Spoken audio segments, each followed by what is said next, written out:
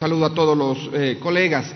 Quiero iniciar esta intervención primero agradeciendo a todos y cada uno de los miembros de la Comisión de Desarrollo Económico Productivo, aquellos miembros que formaron parte antes de mayo del año 2019 como los actuales miembros, por la disposición que tuvieron para tratar con altísima prioridad este proyecto reformatorio a la Ley de Fomento Ambiental.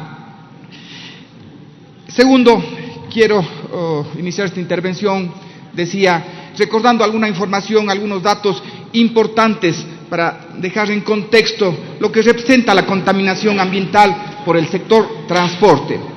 Recuerden que en este mismo pleno, cuando se debatía en primera instancia esta reforma a la Ley del Fomento Ambiental, yo había mostrado algunos datos muy importantes e interesantes. El primero, el 46% de la energía que se genera y se consume en el Ecuador va al sector transporte. Casi la mitad de la energía que consumimos en el Ecuador va al sector transporte. En el mundo no sucede así. En el mundo el 28% de la energía que se genera va al sector transporte.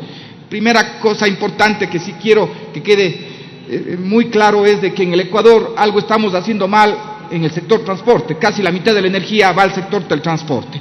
Y de hecho que eso tiene que ver directamente con el tema de la contaminación.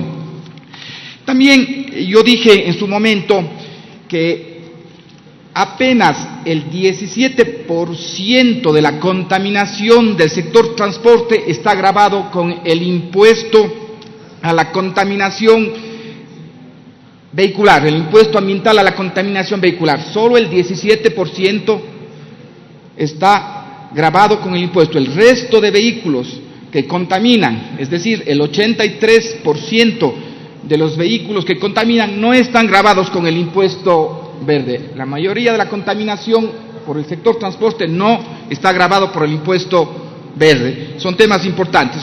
Recordemos que inclusive mostrábamos datos de cuánto en teoría se consume per cápita al año en gasolina y en diésel. Veíamos que en el Ecuador se consume 3 veces más que en el Perú, los galones por persona, y 2 veces con relación a Colombia. También dábamos datos con relación al tema del diésel. En el Ecuador se consume 1.25 veces más diésel per cápita que en el Perú y 1.65 veces más que en Colombia. Son datos importantes, son datos que nos debe llamar a la reflexión con el fin de ir al origen de la contaminación ambiental por el sector del transporte. Pero también quiero recordar aquí en la Asamblea Nacional que en este periodo hemos trabajado muchísimo para disminuir la contaminación ambiental. En este periodo, recordemos que hace algunos meses aprobamos la Ley de Eficiencia Energética, la Ley Orgánica de Eficiencia Energética, que tiene un capítulo importante con relación al sector del transporte, justamente porque habíamos identificado que el transporte es el que consume mayor energía y es el que contamina más en el Ecuador. Rápidamente, algunos datos. El primero, trabajar por la sostenibilidad para un transporte sostenible. Primero, los carros eléctricos, los vehículos eléctricos tienen ya IVA cero, arancel cero, ICE cero. Es un tema importante. Y habíamos puesto un tema que es histórico también y habíamos aprobado aquí en el Pleno de la Asamblea Nacional una meta que es real. Aprobamos de la Ley de Eficiencia Energética que a partir del año 2025 todo nuevo vehículo público, me refiero a buses y taxis, tiene que ser eléctrico. Así se trabaja, ¿no es cierto?, en forma decidida para eliminar la contaminación. Recordemos que también en esa misma ley, la Ley de Eficiencia Energética, se habló sobre la mejora que tiene el Estado ecuatoriano con relación a la calidad de los combustibles para dejar de contaminar. Hemos trabajado por el tema ambiental para disminuir la contaminación en este periodo. Creo que vale la pena también algunos datos importantes. Ya el asambleísta ponente, el asambleísta Homero Castellanos lo dijo, pero para poder relacionar estos datos que al inicio de mi intervención los dije, hay una lámina en la que vemos en línea naranja el valor recaudado por el impuesto verde, pero también tenemos el número de vehículos que tenemos en el país. Es así que vemos que si revisamos la línea color naranja, vemos que el impuesto verde en sus primeros años creció, pero paulatinamente iba disminuyendo en recaudación. Si bien los vehículos iban incrementándose, pero la recaudación del impuesto verde iba decayendo. ¿Qué quiere decir esto? Que los ecuatorianos no podían pagar el valor del impuesto verde, generándose pues valores impagos, una altísima cartera vencida, y tampoco se pagaba el valor de la matrícula, no se pagaba el tema de la ANT, tampoco el valor relacionado con el seguro. Es clarísimo. Claro, en el 2018 sí hay un repunte en la recaudación, pero eso se dio debido a la remisión que fue aprobada en el año 2018. Por eso se incrementó, pero siempre, en vez de ir aumentando la recaudación, porque aumentaban el número de vehículos, más bien iba disminuyendo. Es claro que los ecuatorianos no podían pagar. La expectativa de este año era recaudar $164 millones con relación al impuesto ambiental a la contaminación vehicular. También un dato es importante: de los vehículos que se matriculan, algo más de 2.800.000 pagan impuesto verde 1.400.000. El resto de vehículos no pagan el impuesto verde. Y aquí hay un tema importante, y por eso pedía que recordemos ese dato. Solo el 17% de la contaminación por el sector del transporte paga el impuesto verde. Pero miren, los que más contaminan no estaban pagando el impuesto verde. Ese 1.400.000 carros, que son los que más contaminan, que contaminan el 83%, no estaban pagando ningún impuesto a la contaminación. Apenas el 17%, que son 1.400.000 vehículos. Creo que vale la pena, pasemos a lámina, ya se presentó hace un momento, algunos rápidos ejemplos con relación a la aplicación del impuesto verde, ejemplos reales. Aquí hay un vehículo, un Toyota Land Cruiser del año 65, ojo, del año de 1965, que primero el cilindraje dice 2.000 centímetros cúbicos, eso no es real, existen problemas, ¿no es cierto?, en la base de datos del sistema de rentas internas, decía el cilindraje 2.000, y miren, ese vehículo no ha cancelado desde el año de 1992. Alguna solución tenemos que dar, pero claro, se iban incrementando sus valores. El vehículo ese, que seguramente ya no está movilizándose, no está circulando, pero tiene una deuda de 2.345. Primero vemos errores en la base de datos para recaudar ese impuesto verde, pero también vemos problemas con relación a vehículos antiguos que posiblemente estén en un taller de alguna mecánica, en alguna bodega, pero tienen una deuda de $2.300. Entonces, por eso es importante que en el proyecto de ley incluimos el tema de facilidades en la chatarrización. Veamos un siguiente ejemplo para ver las particularidades. Son ejemplos, pero hay miles de casos que tienen que ver con lo que estoy presentando. Aquí hay un vehículo, un Nissan Pathfinder del año 2004, el cilindraje es 3.500 centímetros cúbicos, el último pago es del 2011.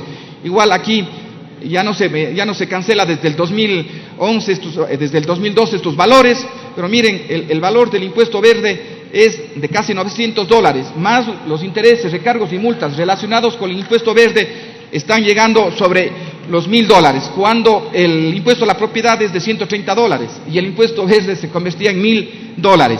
Estas son las realidades que tenemos.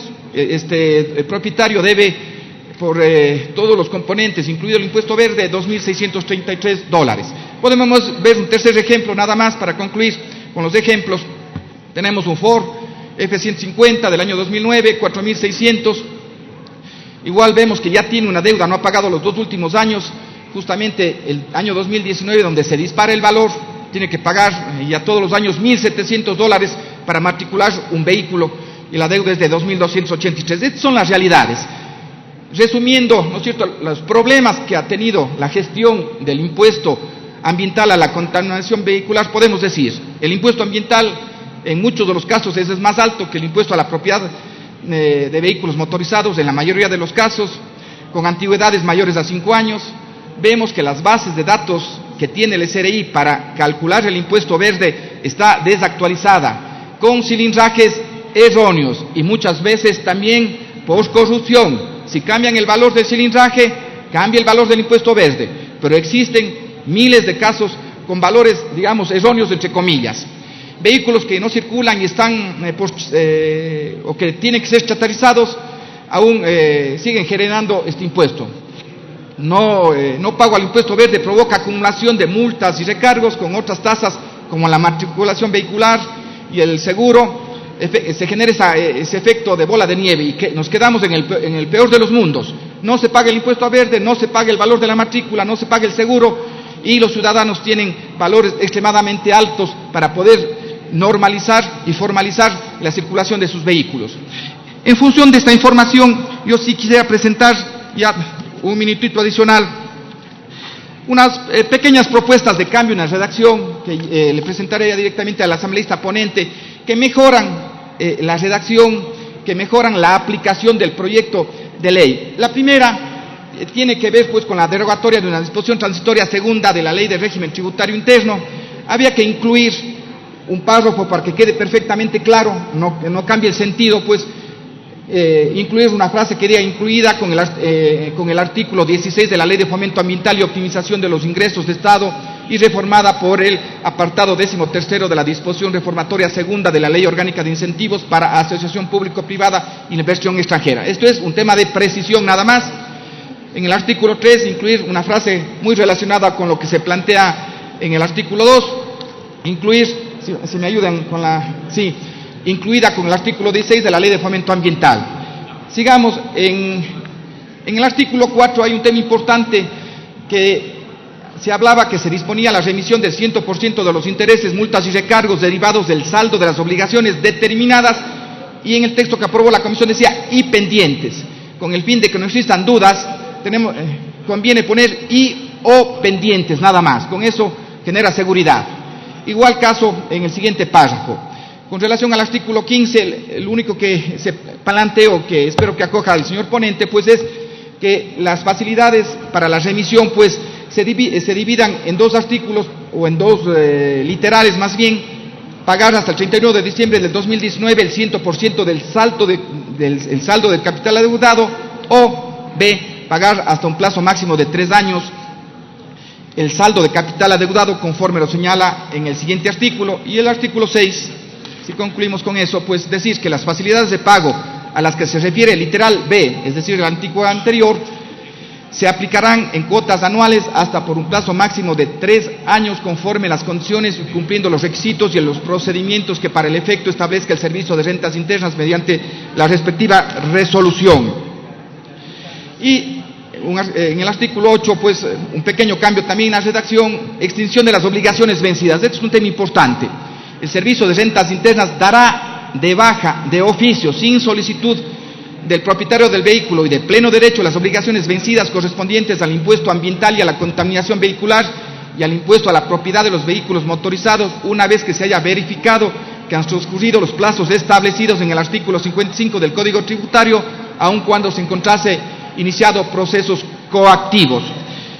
Con estas inclusiones, pues más bien de forma y puntuales, pues la aplicación de la ley que fue aprobada por unanimidad en la Comisión de Desarrollo Económico será mucho más fácil su aplicación. Muchísimas gracias, señor presidente.